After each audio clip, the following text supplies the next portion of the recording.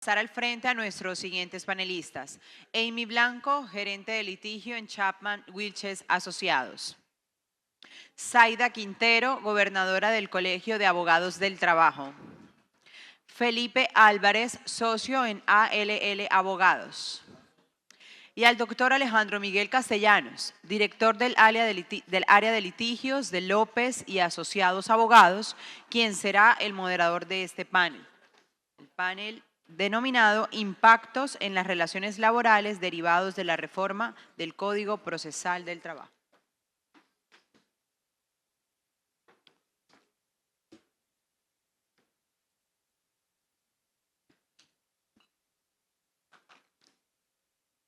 Les recordamos ir compartiendo sus comentarios, fotografías y también ir viendo como el minuto a minuto, la cronología de todo nuestro evento a través de nuestro hashtag laboralistasandy en X. Ahí pueden estar viendo como un breve resumen de lo que ha sido todo este encuentro tan maravilloso de gran provecho académico.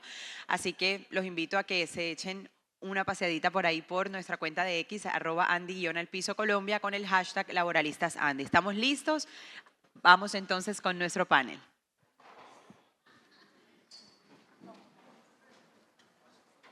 Buenos días a todas, a todos.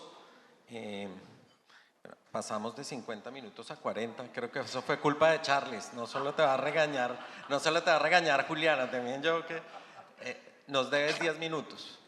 Bien, me encanta compartir este panel con amigos procesalistas que ya casi no nos vemos presencialmente, pasamos de ser conocidos de autos a conocidos de links.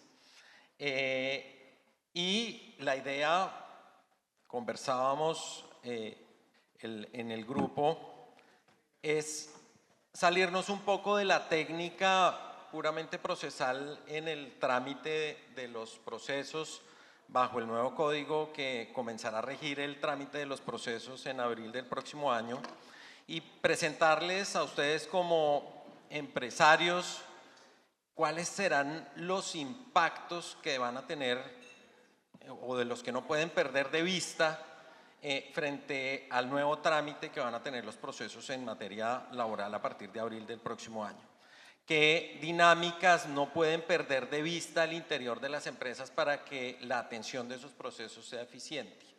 ¿Qué efectos económicos tendrá para las empresas el trámite de los nuevos procesos independientemente del resultado de los procesos? Y nos concentramos, de acuerdo con eso, en los principales aspectos que consideramos que van a tener un impacto en la dinámica empresarial frente a la atención de los procesos. Y en ese sentido, pues quiero empezar con Felipe en relación con un tema y es las nuevas facultades de los jueces en materia laboral de cara al trámite de los procesos. Felipe, ¿qué aspectos hay que tener en cuenta y no se pueden perder de vista por parte de las empresas? Bueno, Alejo, gracias. Muy buenos días a todos. Un gusto estar acá compartiendo este panel con la actual gobernadora del Colegio de Abogados, exgobernador y futura gobernadora del Colegio de Abogados próximamente. Gracias por esta invitación a la Andy, gracias a todos los presentes. Este panel, aunque en principio, como dice Alejo, se enfoca en lo procesal, yo creo que hay que empezar a entender que aquí todo lo que oímos en el panel anterior y demás es donde aterrizan todos estos conflictos y donde se tienen que resolver. Y a veces perdemos de vista eso, porque claramente el tema político y la resolución de los temas sindicales en el plano netamente político es muy importante, pero todo esto aterriza en el tema procesal. Y acabamos de tener una modificación sustancial y muy importante al código. Gracias, Alejo, por llamarme procesalista. Ya no me siento tan procesalista, pero me gusta volver a estas lides nuevamente. De lo que Alejo me plantea, yo creo que hay que revisar un tema muy importante y es el artículo 3º de esta reforma. Porque el artículo 3º, a mi juicio, le dio unas facultades muy importantes al juez laboral. Hoy en día tenemos un juez laboral mucho más importante del que tenemos o el que teníamos en los procesos anteriores, y eso no lo podemos perder de vista. Y esta norma, cuando uno la lee, suena incluso hasta una definición médica más que procesal, porque dice que el juez en sus decisiones aplicará fórmulas de justicia retributiva, compensatoria, restaurativa y terapéutica. Es decir, el juez ya tiene un universo completo. No solamente el juez va a resolver sobre los temas que el demandante le pide. Hoy en día tenemos la facultad extra y ultra petita, claramente, pero acá le dan una facultad mucho más allá, una obligación más que una facultad de ir a resolver los temas, no solo en cuanto al tema restaurativo y compensatorio, que es devolverle lo que se le dejó de pagar o incluso indemnizarlo por algún perjuicio que se le haya causado, sino además tiene una obligación de ir a temas de, como les decía ahorita, a temas de, se me perdió acá, de terapéuticas, en el sentido de restituir esa relación que se rompió en un momento, bien sea en un conflicto colectivo o individual. Y ya eso lo empezamos a ver en algunas sentencias de tutela. Empezamos a ver un poco que este juez laboral va a tener facultades como las de un juez constitucional de tutela. Unos ejemplos rapidísimos. En unas sentencias en las que, por ejemplo, podrían llegar a obligar al empleador o al ex empleador, además de un reintegro, de un pago de unas prestaciones o de una indemnización, a pedir disculpas públicas al representante legal a ese empleado que se vio agravado. Esa es una situación terapéutica, ¿cierto? O, por ejemplo, como ya lo vimos en algunas sentencias también, ordenar a un equipo de una empresa de recursos humanos o de algunas a tomar unos cursos de temas sindicales o de temas de compliance o de diferentes situaciones que no están previstos en la ley como tal. Entonces yo creo que ahí, aunque parezca algo muy sencillo, podemos empezar a tener temas que las empresas, que son precisamente a los que les tocan estos procesos, tienen que empezar a prever temas reputacionales. ¿Qué pasa si un juez mañana dice que una empresa quebrantó un derecho de asociación sindical y obliga a publicar en un periódico de alta circulación, por ejemplo, un artículo, un aviso de prensa pidiendo disculpas a un sindicato? Eso puede tener implicaciones incluso, como lo decía Juan Pablo López ayer, o como lo hemos visto en temas de tratados internacionales, donde nos van a empezar a verificar y hacer compliance de productos para poderlos importar. Entonces, una multinacional de alimentos o de bebidas con una marca global que tenga que pedir disculpas públicas a un sindicato en un aviso de prensa en Colombia, pues puede tener unas implicaciones muy grandes. Ahí es donde les digo, ojo, porque lo procesal, aunque parezca muy técnico y muy llevado a los abogados de verdad procesalistas como ustedes, puede llevar, si no nos cuidamos, a que tengamos con esta nueva norma unas decisiones que afecten realmente, no solo a nivel nacional, sino internacional, estas prácticas laborales. Me dejo así porque si no me parezco a otro colega y siguen adelante, por favor. Ahorita volvemos a extra y ultra petit. Amy, ¿cuáles son los principales efectos y qué debe tenerse en cuenta dentro de las dinámicas internas de las empresas en relación con los aspectos de contestación de la demanda, la actuación o cómo agilizamos la actuación de las empresas de cara a la contestación de la demanda, al manejo de las pruebas y qué efectos tiene el no prestar atención a esas dinámicas? Bueno, primero que todo, gracias Julián, Alfonso, por esta invitación y estar con estos colegas de lujo. Encantadísima, Felipe. Decirte que Felipe nos dejó el panorama como con susto, esas facultades terapéuticas del juez. Yo creo que yo me quedo un poquito en lo técnico porque yo todavía creo mucho en lo que es el debido proceso y el derecho de defensa, y ya en otros escenarios lo habíamos hablado, Alejo, el tema de ese juez sí tendrá esas facultades y la gente estaba temerosa. Todavía creo que podemos aplicar debido proceso de derecho de defensa, y ahí voy con eso que me dices, ¿qué impacto va a tener en las empresas en atención a la contestación de la demanda? Y vamos a verlo con respecto a los cambios que se han dado. En el código actual nos llega incluso la demanda con antelación a a que se admita. Conocemos un tiempo antes, nos da el espacio para preparar, para buscar las pruebas, para saber por qué nos están demandando. A hoy ya nos dice el nuevo código que, como dijo Alejo, 2 de abril del 2026, tenemos menos de un año para prepararnos en esto, ya nos va a llegar la demanda. Nos van a sorprender con la notificación, correo electrónico, autoadmisorio, venga, y ahí viene la implicación. Las empresas, quienes manejan el tema procesal, los procesos judiciales, la gestión humana, encargada de buscar esos documentos, que le llegue el abogado, listo, esto es lo que me tienes que entregar, los documentos, información, vamos a tener los 10 días, y los 10 días para unas implicaciones que nos ha traído el nuevo código, como es, o las cargas probatorias, como es que al empleador le están generando una obligación de aportar con la contestación esos documentos que tiene en su poder aquellos que por ley están obligados a llevar registro, como son el tema de las horas extras, recargos dominicales, el reglamento interno, la historia laboral. Cuando nos piden historia laboral de allá del año 1978, la excusa de que ya no tengo los documentos, que se destruyó, con este nuevo código va a tener consecuencias, y consecuencias es que el efecto que va a tener en no aportar esos documentos va a dar por cierto los hechos que se pretendían probar con esos documentos. Y ahí te lo digo si somos juiciosos, si hay atención, si llegó, te respondo dentro de los 10 días, pero si no logro responder, también con la contestación, se me da por no contestada la demanda, si no fui juicioso en atender la notificación, el correo electrónico, lo que ya todos sabemos cómo nos notifican la demanda. La no contestación también va a tener un efecto de dar por probados los hechos de la contestación.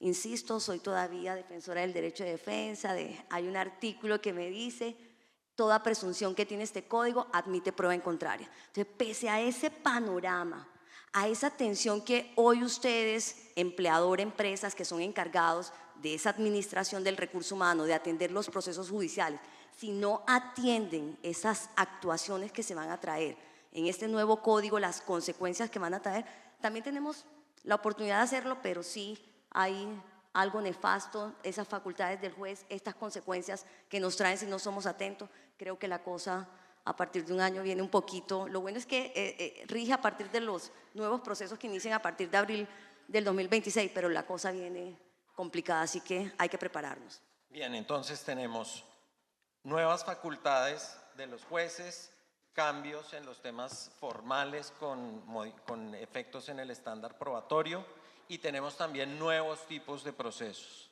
Zaida, cuéntanos un poco sobre estas nuevos tipos o procesos especiales que vamos a encontrar en el nuevo código, especialmente en los temas de estabilidad laboral reforzada. Gracias. Bueno, pues un saludo y agradecimiento a la Andy por la invitación a este foro. Sí, tenemos dentro de los procesos especiales el que hemos llamado la extensión del fuero sindical a los otros casos de estabilidad reforzada. Entonces, los casos de estabilidad reforzada por salud, prepensión e incluso el fuero circunstancial van a ser manejados a través de las mismas normas y procedimiento especial y expedito del que hoy es el fuero sindical. Con lo cual vamos a vernos enfrentados a un nuevo proceso que no conocíamos, que hoy se manejaba por el proceso ordinario, y surgen varias preguntas. Por ejemplo, ¿qué pasará con las tutelas? ¿Será que los trabajadores protegidos por el fuero de salud pueden y van a seguir acudiendo a la acción de tutela? ¿O será que con este nuevo proceso especial, en el que incluso puede haber medidas cautelares como el reintegro, ya no se cumple el requisito de subsidiariedad para que puedan acudir a la acción de tutela? Esa es una discusión que creo que nos tenemos que plantear desde ya y prepararnos, ¿por qué no?, para que cuando en abril empiecen a llegar tutelas, pues aducir que este mecanismo o este requisito de subsidiariedad no se cumple. No sabemos qué vaya a considerar la jurisprudencia en ese punto. Hay quienes consideran, y hablaba con uno de los colegas, que de todas maneras podría haber lugar a la acción de tutela porque según la Corte Constitucional, para que el requisito de subsidiariedad no se cumpla, tendría que el medio judicial existente ser igual o más eficaz de la tutela. Y pues no vamos a saber todavía qué tan eficaz va a ser. Pero ahí hay una primera duda.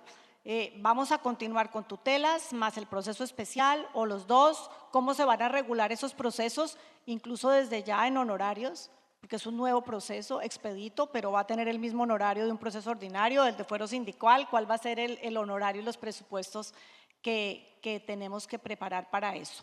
En cuanto al proceso de fuero sindical, algo que debemos decir y que se perdió una muy bonita oportunidad. El proyecto de nuevo Código Procesal establecía que este proceso especial para fueros de estabilidad reforzada también podía ser utilizado por el empleador cuando necesitaba autorización para terminar un contrato, por ejemplo, de un trabajador con fuero de salud. Y eso era bueno porque por fin íbamos a tener un camino para que una autoridad judicial especializada resolviera estos permisos que, como todos sabemos, hoy el mecanismo que tiene establecida la ley ante el Ministerio del Trabajo es absolutamente inoperante.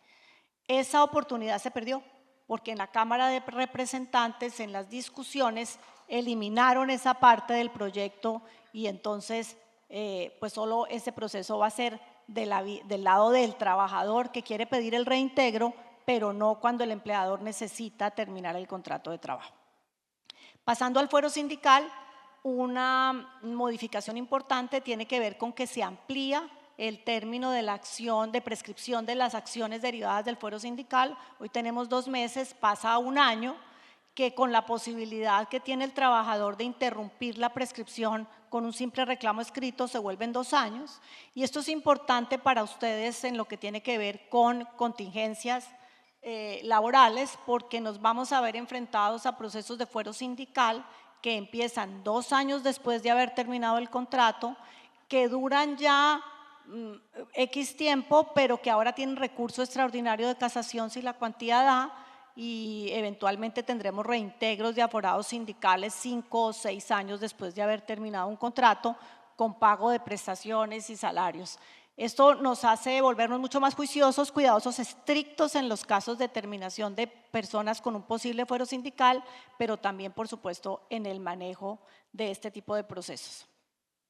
Amy, dentro del espectro de nuevos procesos especiales, tenemos uno relacionado con protección frente a temas de discriminación sindical. Cuéntanos un poco en qué consiste y qué efectos puede tener y con qué deben ser cuidadosos los empresarios de cara al trámite de este proceso. Sí, este proceso viene siendo, como nos dice Zaida, las nuevas regulaciones que nos trajo o nos va a traer este nuevo Código Procesal del Trabajo, y es la oportunidad que tienen los trabajadores y las organizaciones sindicales de presentar demandas cuando existan actos de discriminación sindical. Se va a tramitar con el mismo término de estos procesos especiales que nos explicó Zaida, pero pienso que aquí se va a abrir un espacio bastante amplio para el tema de tener un incremento en procesos que se inicien, los cuales se pueden iniciar en contra del empleador y en contra de la persona que genera el acto de discriminación. Habla de ir en contra, la demanda es por los actos de discriminación, y de acuerdo a los últimos precedentes de los fueros jurisprudenciales, creo que estando ya regulado de manera especial, también nos podría generar que ahora las situaciones sindicales y la protección de estos derechos sindicales pueda generar, y que se encuentre regulado ya, ese fuero por discriminación de actos sindicales. Entonces creo que aquí se abre una puerta bastante amplia para incremento de procesos judiciales. También tiene una prescripción de 2 años. El tema de la contingencia, como dijo Zaida, aquí va a generar algo importante, que incluso me retrotraigo al tema de las contestaciones, que yo sé que para ustedes empleadores es importante el tema de las contingencias, las consecuencias que trae dar por cierto los hechos, el darlos por probados.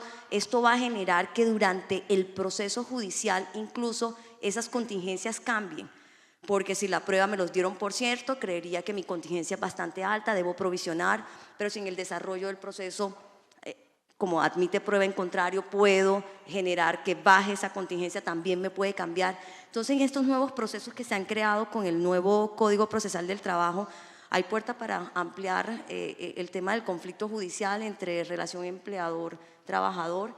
Hay una protección, sí, pero abre una puerta para incrementar ese número de procesos a nivel judicial. Y no podemos perder de vista además los vasos comunicantes que hay en relación con temas penales y el artículo 200 del Código derivado de situaciones que pueda considerar el juez que suponen discriminación, trayéndolo con Lo las terapéutico, claro, ahí no solo tiene las consecuencias penales, reputacionales, porque ya fue declarado por un juez. Como tú decías, ¿qué implicaciones tiene a nivel internacional el que quede declarado con esas facultades amplias que tiene el juez? Panorama catastrófico. Felipe, hablemos un poco sobre las facultades extra y ultra petita en el contexto del nuevo código. Bueno, un poco unido con el artículo 3º, después venía el artículo 6º de esta reforma también, que habla de las facultades extra y ultra petita, que también es bien complejo, porque si bien hoy existen las facultades, el código las amplía de manera importante. El juez de primera instancia tiene plenas facultades para identificar cualquier situación a lo largo del proceso y decretarla en una sentencia. Eso para los empleadores cobra mucha importancia, porque ya ahora las demandas no se deben circunscribir en su respuesta, análisis y demás únicamente a los petitorios de la parte demandante, que generalmente es el trabajador, sino como abogados y como empresas tenemos que ir mucho más allá, porque a lo largo del proceso el juez puede identificar alguna situación y puede llevar a una condena independientemente de que se haya solicitado o no. Por ejemplo, a lo largo del proceso puede oírse una declaración de un testigo y el testigo puede en cualquier momento decir, no, y es que además esa persona fue objeto de un acoso sexual a lo largo del proceso y yo supe, yo me enteré, y el juez puede decir, me interesa ese tema, quiero profundizar en el tema, quiero revisar, y con las amplias facultades que ya revisamos que tiene, pues podría incluso ir un proceso que va por un despido con justa causa o sin justa causa, o por un fuero de salud, cualquier cosa, terminar en una situación de un acoso sexual, por ejemplo. Entonces, el juez a lo largo del proceso puede identificar cualquier situación en las pruebas que recauda y tiene no solo la facultad, sino, dice la norma, la obligación de generar un pronunciamiento al respecto. Eso es una carga bien importante, tanto para los abogados que van a hacerse cargo de los procesos, como de las empresas en la preparación de estas respuestas y en la preparación de lo que son las pruebas testimoniales, interrogatorios de parte y demás a lo largo del proceso. Entonces, ese es un cambio importante. Y además, el juez de segunda instancia también tiene una facultad, una obligación extra y ultra petita. Lo que pasa es que ahí sí la circunscriben básicamente a los derechos ciertos e indiscutibles que detecte que no fueron generados. Entonces, si un juez en primera instancia olvidó algún tema puntual y el juez en segunda instancia lo determina como algo que se debió haber estudiado y que está o siendo objeto de prueba o de un indicio en contra del empleador, puede decretarlo en segunda instancia. Entonces, puede haber sorpresas. Puede haber sorpresas, como lo decían mis compañeras panel ahorita, en las contingencias, porque uno puede tener previsto una contingencia sobre un valor determinado y de pronto en segunda instancia se nos duplica, se nos triplica esa contingencia y pues ya vimos a los áreas y departamentos financieros y demás llamando al abogado que me mande el informe porque antes decía que era la mitad del precio y ahora está la tercera parte y bueno, ya todos ustedes conocen las explicaciones que nos toca al respecto. Entonces, quiero invitarlos a que revisen eso muy detenidamente. Ya no nos podemos únicamente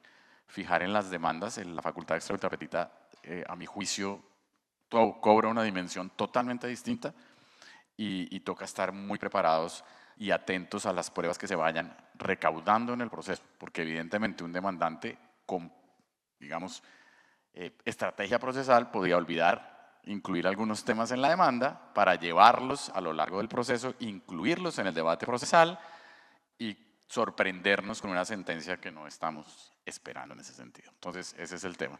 Y una última cosa rapidísima es el tema, además, de la apelación parcial, pero si quiere lo podemos revisar ahorita. Alejo, usted manda. Usted es el...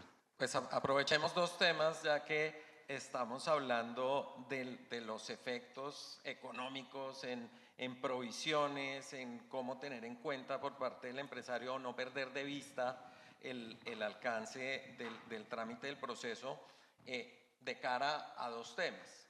El que no podemos perder de vista en el trámite del recurso extraordinario de casación de cara a estos fenómenos económicos del cumplimiento de las sentencias y el alcance. Y número dos, que cambia en relación con lo que hemos conocido tradicionalmente frente al cumplimiento de las sentencias cuando estamos hablando de la apelación del fallo de primera instancia. Sí, muy rápido y lo aprovecho para tocar el tema porque también es bien importante. Uno, en las sentencias de primera instancia como las conocemos hoy, pues el efecto siempre es suspensivo. Apelamos y toda la sentencia queda suspendida para su ejecutoria hasta que se defina en segunda instancia o incluso en casación. Hoy en día lo que determinó la norma es que hay ejecutoria parcial, es decir, si yo apelo solo unos apartes de la sentencia, lo que no esté apelado y haya salido en la sentencia puede ser objeto de ejecución, o sea, de un recurso ejecutivo para su cobro. Entonces hay una ejecutoria parcial, es decir, pues la recomendación evidentemente acá va a ser apele todos y cada uno de los puntos de la sentencia siempre, porque de lo contrario lo van a poder ejecutar sobre la diferencia de lo que no ha sido objeto de apelación. Y lo segundo, bien importante, como lo decía Alejo, en el tema de las provisiones de las empresas, que sabemos que es un tema supremamente importante porque afecta directamente los resultados financieros de una compañía en el año y siempre nos están pidiendo pues que seamos muy certeros en lo que estamos provisionando. Pero aquí hay un cambio importante y es que la casación ahora se va en efecto devolutivo. ¿Eso qué quiere decir? Que ya no queda suspendida la ejecutoria de la sentencia del tribunal, es decir, que nos pueden iniciar un proceso ejecutivo a pesar de que la sentencia se esté estudiando en el recurso de casación. Entonces, pues nos toca solicitar al juez, que en este caso será el Tribunal Superior, que nos decrete unas cauciones para que no me ejecuten. Esas cauciones, ¿qué pueden ser? Comprar una póliza de seguros, una fianza, depende de lo que el tribunal determine como caución. Pero el problema, y lo comentábamos con Alejo, era esas pólizas pues pueden costar un 15, un 20% de lo que es la condena. Entonces, mientras que nos estudian la casación y compramos una póliza de seguros para garantizar la no ejecutoria de la sentencia, podemos estar incurriendo en un sobrecosto de un 15 o un 20%. Eso si no la expiden, porque hay muchas aseguradoras y es difícil a veces conseguir esas pólizas que garanticen este cumplimiento. Entonces, ahí hay un sobrecosto. Y lo otro es pagar, pero pues si pagamos y nos vamos en casación y ganamos, pues yo quiero ver quién recupera ese valor de la sentencia ya pagada, ¿no? Es como las tutelas cuando nos ordenan reintegro, que ya cuando hemos pagado indemnización y demás, o en muchos casos es difícil recuperar la plata. Entonces, ahí hay un tema súper importante. Y lo último, pues se nos hacen más rápidas las provisiones, porque evidentemente un proceso hoy puede durar en la corte 5, 6, 7 años, no sé, creo yo, más o menos, por no decir más. ¿Qué pasa? Hoy pues estamos tranquilos, en los 8 años vamos actualizando la provisión año a año y demás, pero en este caso que ya sabemos que si no tenemos garantía y demás, pues nos pueden ejecutar, pues la provisión tiene que hacerse o ejecutarse mucho más rápido en el presupuesto. Entonces, creo que Alejo que es un punto súper importante frente al tema. Perfecto. Zaida, hablando precisamente del tema de pólizas, cauciones, pasemos un poco al tema que yo sé que genera preocupación en muchos y es el de medidas cautelares. ¿Cómo nos cambia el tema o el alcance de medidas cautelares frente a lo que tenemos hoy en día en el Código Procesal del Trabajo actual?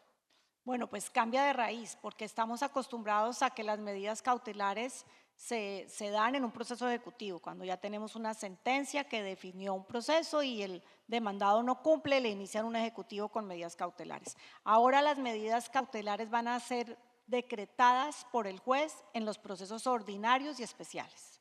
¿Cómo funciona? Establece el nuevo código que desde la presentación de la demanda el demandante puede solicitar medidas cautelares o el juez de oficio podría ordenarlas, empezando por la inscripción de la demanda sobre los bienes sujetos a registros de la empresa, lo podría hacer desde el mismo momento, y si el fallo de primera instancia es condenatorio, puede ordenar el embargo de esos bienes, aun cuando estemos todavía en apelación o casación.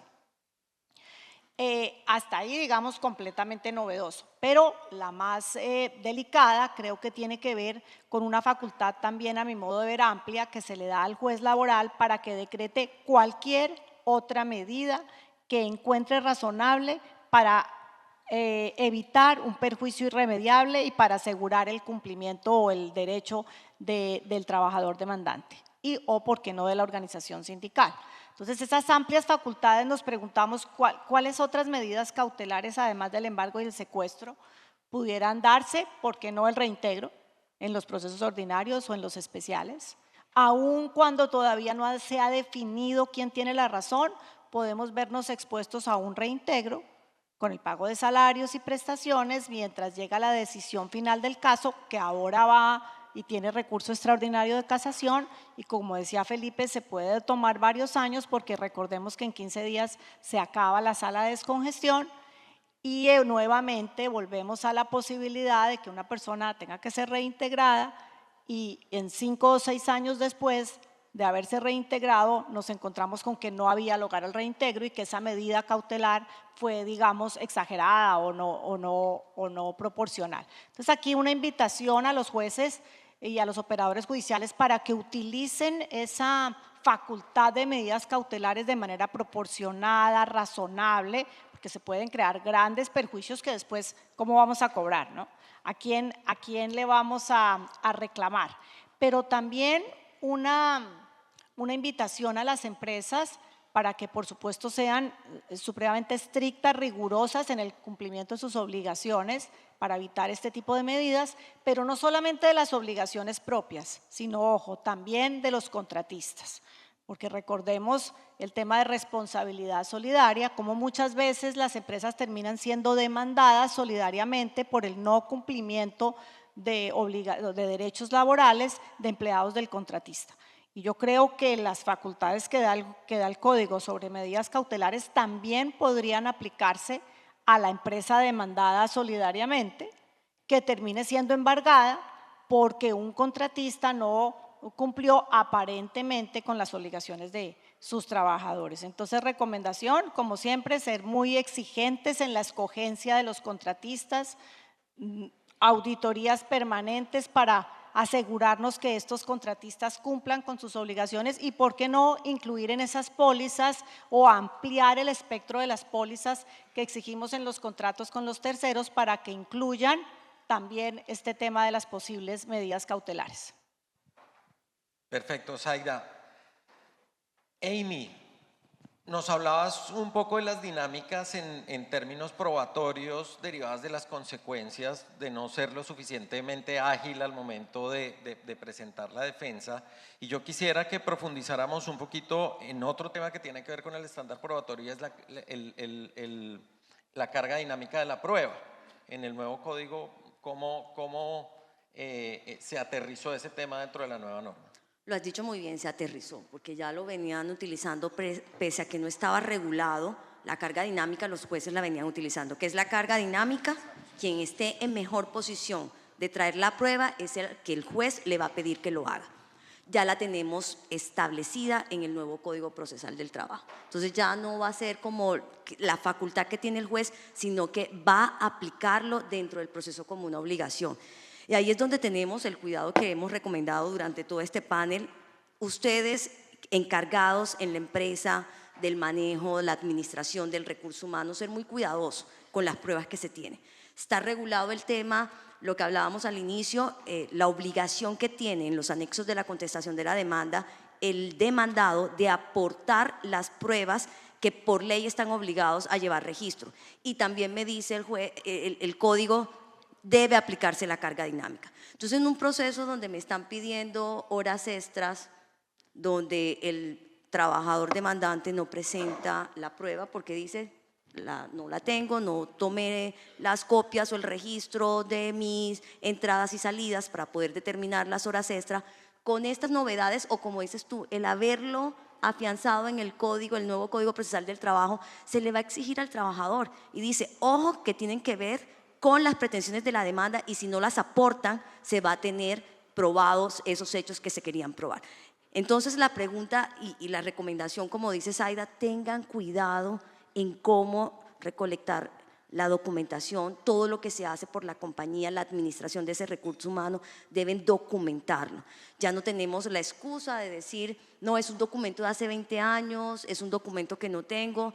La jurisprudencia antes de este nuevo código, a pesar de que había aplicación de la carga dinámica, me decía, el demandante tiene que traer la prueba de los hechos que quiere probar.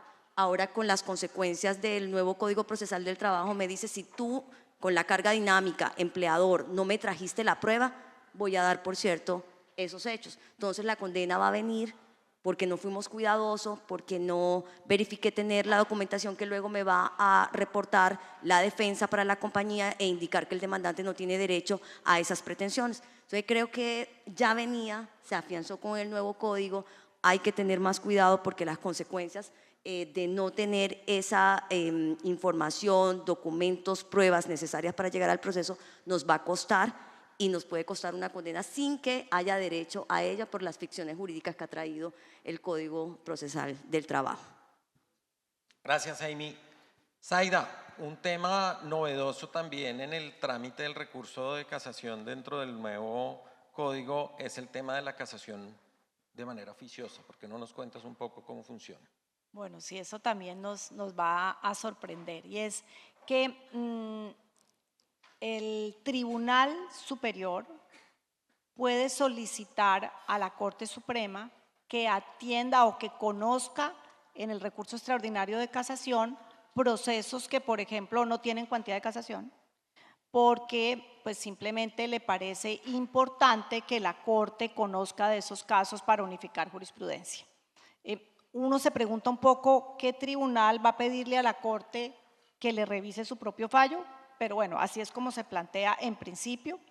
Eso, sumado a la posibilidad de que los procesos especiales, como veíamos, de fuero sindical, de fuero de estabilidad reforzada, tengan recurso extraordinario de casación, lo que creo es que nos va a enfrentar a más procesos en la Corte, más procesos que llegan a conocimiento de la sala laboral de la Corte, importante por la posibilidad de unificar jurisprudencia, no lo dudo, pero grave creo que por los tiempos, porque nuevamente volvemos, se nos acaba la sala de descongestión, vamos a tener más procesos en la Corte y cómo se van a manejar los tiempos de definición en la sala laboral de la Corte es algo que no deja de preocuparnos y yo creo que ahí la invitación es más para los abogados laboralistas, tienen que volverse todos expertos casacionistas porque no vamos a dar abasto.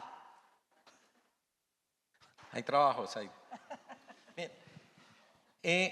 Yo creo que en términos de conclusiones de cara a lo que viene en materia procesal, podemos condensar las siguientes, y es: el nuevo Código Procesal del Trabajo es muy amplio en su alcance. Aquí tratamos de presentarles los principales aspectos que afectan el trámite y afectan la dinámica de las empresas. Pero es necesario, es absolutamente necesario, dentro de las dinámicas de las empresas, que ustedes tengan en cuenta ya para cada tipo de empresa cómo las condiciones nuevas del código los van a afectar, y tienen hasta abril del próximo año para tener claros esos aspectos, coordinar claramente con las áreas de archivo, con las áreas contables, con las áreas jurídicas, cómo se va a hacer de la manera más ágil la atención de esos procesos, de manera que no perdamos oportunidades de defensa por simples demoras en los trámites internos de las empresas. 2. especialización de los apoderados. Creo que en buena medida desaparece la puerta giratoria en términos de conozco el Código General del Proceso, me dedico a otras áreas y puedo ir y venir en temas laborales. El nuevo Código Procesal del Trabajo establece una especialidad absoluta porque hay particularidades del proceso que si el apoderado no tiene en cuenta van a afectar gravemente los resultados en el trámite del proceso. Ese es un aspecto que no pueden perder de vista. La especialidad en la atención del proceso es absolutamente necesaria. 3, el tema de, llamémoslo así, las incertidumbres que hay entre pretensiones y resultado del proceso derivado de lo que nos explicaba Felipe en términos de las facultades que tiene el juez que le permiten tomar decisiones tanto en los aspectos que no necesariamente son económicos como las facultades terapéuticas, como en lo que sí tiene resultados puramente económicos, porque tenemos una diferencia clara entre las facultades extra y ultra petita que teníamos hasta la vigencia del código actual, que se restringía a salarios, prestaciones e indemnizaciones y va a aplicar en el nuevo código a cualquier tipo de derecho y, como nos explicaba Felipe, se amplía al juez de segunda instancia, en ese caso solo para los derechos irrenunciables. Entonces, eso tampoco se puede perder de vista. Mil gracias y la última recomendación, estudio del alcance del código, aprovechar este año. Mil gracias. Y una más, Alejo, que hablábamos acá. Y los presupuestos para los abogados litigantes, porque obviamente la especialidad va a implicar un incremento en la tarifa de procesos laborales, ¿no?